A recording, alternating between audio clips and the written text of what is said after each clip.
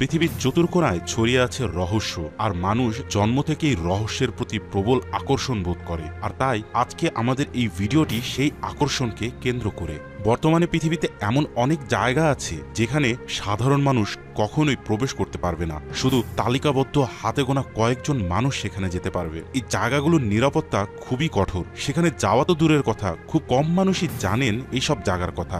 রহস্যে ঘেরা এইসব জায়গাগুলির অনেকগুলোতে এমন কিছু আজব কাজ চলে যা শুনলে আপনার পিলে চমকে যাবে। তবে নিষিদ্ধ হলেও সেসব জায়গা সম্পর্কে জেনে নিতে তো আর কোনো অসুবিধা নেই। আসুন জেনে নেই পৃথিবীর সবচেয়ে আলোচিত 5টি সীমিত প্রবেশ অধিকার স্থান সম্পর্কে। এরিয়া 51।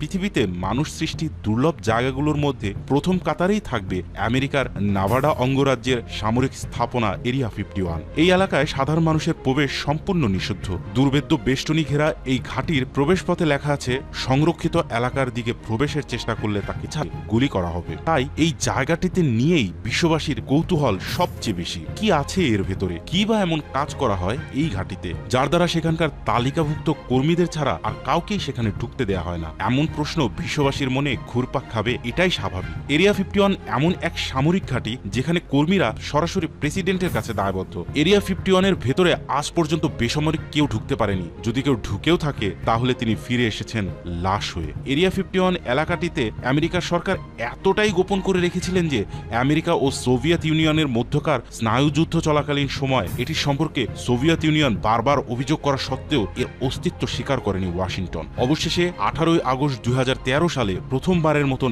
আমেরিকার সরকার স্বীকার করে নেয় যে হ্যাঁ, এরিয়া 51 এর অস্তিত্ব আছে। তারা স্বীকার করে যে আমেরিকার সরকার দেশটির একটি গোপন সামরিক পরীক্ষা স্থাপন হিসেবে এরিয়া 51 নামক জায়গাটি ব্যবহার করে। এই জায়গাটিতে নিয়ে রয়েছে নানান ধরনের জল্পনা আর বিতর্ক। আশেপাশের এলাকা অনেক অধিবাসী বলে থাকেন এই স্থানটিতে ভিন গ্রহের প্রাণীদের কাল্পিক যান ফ্লাইং সসার উঠতে দেখা যায়। এছাড়া চাঁদে যাওয়ার যে দৃশ্য টেলিভিশনে দেখানো হয়েছিল সেটিও নাকি এই এরিয়া 51 ধারণ করা হয়েছিল বলে বিতর্ক আছে। কিন্তু সাধারণের প্রবেশ নিষিদ্ধ হওয়ার ফলে এসব বিতর্কের কুলকিনারা আজ পর্যন্ত হয়নি। ইসি গ্র্যান্ড মন্দির। এই জায়গাটি জাপানে অবস্থিত, জাপানের সবচেয়ে গোপনীয় এবং পবিত্র জায়গা। ধারণা করা হয় খ্রিস্টপূর্ব 4 সালে ইসি গ্র্যান্ড মন্দিরটি তৈরি করা হয় সূর্যের দেবী আমাতেরাসুর উদ্দেশ্যে উৎসর্গকৃত। এই মন্দিরটি আজ পর্যন্ত এখনো জাপানের রাজ পরিবার ও ধর্মযাজক ছাড়া কেউ প্রবেশ করতে পারেনি। প্রতি 20 বছর পর পর মন্দিরটি নতুন করে নির্মাণ করা হয়। ইতিহাসবিদদের ধারণা এখানে জাপানি সাম্রাজ্যের মূল্যবান ও হাজার হাজার বছরের পুরনো নথিপত্র লুকানো আছে, যা বিশ্ববাসীর কাছে একেবারেই অজানা।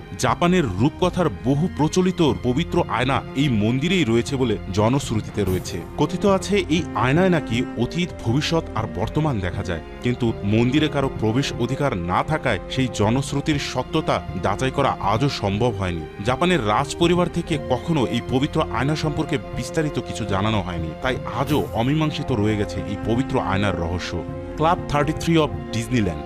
বিশ্বের অন্যতম সেরা বিনোদন স্পট ও অ্যামিউজমেন্ট পার্ক হিসেবে ডিজনিল্যান্ডের রয়েছে আলাদা একটি পরিচয়। শুধু বিনোদনের জন্যই পৃথিবীর নানান প্রান্ত থেকে প্রায় প্রতিদিন বহু মানুষ ছুটে আসেন ডিজনিল্যান্ডে। মূল ডিজনিল্যান্ড সবার জন্য উন্মুক্ত হলেও সেখানে একটি স্থান খুবই গোপন, এখানে কেউ চাইলেই ঢুকতে পারবেন না। পৃথিবীর সবচেয়ে গোপন ও রহস্যময় স্থানের তালিকায় উঠে আসা একমাত্র ব্যক্তিগত বা প্রাতিষ্ঠানিক পর্যায়ের স্থান এটি। বাকিগুলোর সঙ্গে কোনো না কোনো দেশ বা কোনো না কোনো গোয়েন্দা সংস্থা জড়িত। তবে ডিজনিল্যান্ডের নিউ আর্লিংস স্কোয়ারে অবস্থিত ক্লাব 33 নেহায়েতই একটি ব্যক্তিগত ক্লাব। ওয়াল্ট ডিজনি নিজেই এর প্রতিষ্ঠাতা। তার খুব প্রিয় এই ক্লাবটি ভীষণভাবে সংরক্ষিত করে রাখা হয়। এখানে প্রায় সব সময় মদ বিক্রি হয়, তবে কাগজে কলমে কোথাও মদের উল্লেখ নেই। দাপ্তরিকভাবে মদের ব্যাপারে একেবারেই চেপে যাওয়া হয়। এই ক্লাবটিতে সদস্য হওয়া চারটেখানি কথা নয়। আপনি এখানে যদি সদস্য হওয়ার ইচ্ছা পোষণ করেন তাহলে আপনাকে প্রচুর টাকা গুনতে হবে। খরচের পরিমাণ হবে 10 থেকে 30,000 মার্কিন ডলার, বাংলা টাকায় যা প্রায় 30 লক্ষ টাকা। এখানকার বার্ষিক চাঁদা 3275 থেকে 6100 মার্কিন ডলার। আর টাকা গুনলেই যে সদস্যপদ মিলবে সেটিও ঠিক নয়, কারণ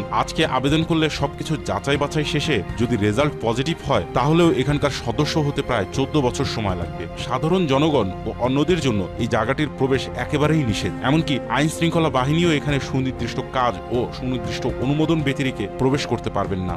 ভ্যাটিকান সিক্রেট আর্কাইভস। পৃথিবীর ইতিহাসে অনেকগুলো পট পরিবর্তন ও গুরুত্বপূর্ণ সব ঘটনা প্রবাহের সাক্ষী খ্রিস্টানদের পবিত্র রাষ্ট্রনগর ভ্যাটিকান। আর ভ্যাটিকান সিটির ভিতরে সবচেয়ে রহস্যময় জায়গাটি হলো ভ্যাটিকান সিটির আর্কাইভ বা সংগ্রহশালা, যে জায়গাটিকে বলা হয় স্টোর হাউস অফ সিক্রেট, অর্থাৎ গোপনীয়তার সংগ্রহশালা। এই জায়গাটিতে সাধারণ মানুষ তো নয়ই, ভ্যাটিকান সিটির পণ্ডিতরাও ঢোকার অনুমতি পান না। খুব কম সংখ্যক পণ্ডিতেরই এখানে ঢোকার সৌভাগ্য হয় বা হয়েছে, তাও পোপের অনুমতি ছাড়া সেটি একেবারে অসম্ভব। অত্যন্ত সুরক্ষিত এই জায়গাটিকে পবিত্রতার দিক থেকেও আলাদা গুরুত্ব দেওয়া হয়। এখানে প্রায় 84,000 বই আছে, আর এই জায়গাটি প্রায় 84 কিলোমিটার দীর্ঘ। ধারণা করা হয় খ্রিস্টান মিশনারি, প্যাগান ও আরো অনেক ধর্মের মতবাদের অনেক গোপন ডকুমেন্ট এখানে সংরক্ষিত আছে, কিন্তু সাধারণ মানুষের এই গ্রন্থাগারে প্রবেশের কোনো অধিকার নেই।